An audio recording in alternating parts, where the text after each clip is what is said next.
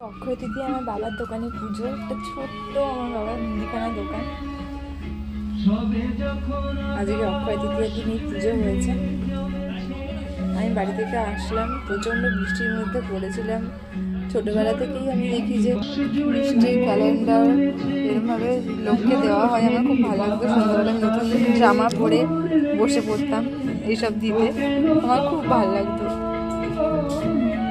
বুঝেছো, এই যে মিষ্টির প্যাকেট, এই যে আরো কিছু মিষ্টির প্যাকেট। বাবা জোরে খুব গান চালিয়ে রেখে দিয়েছে, আর যেরকম খুশি বাড়ি সাজিয়ে রেখে দিয়েছি দোকান।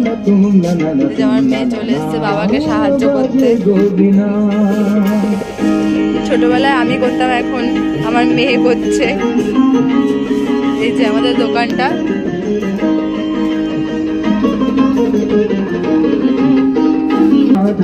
চলো টাটা, শুভ অক্ষয় তৃতীয়া, সবাই ভালো থাকবে, সবার ভালো কাটুক।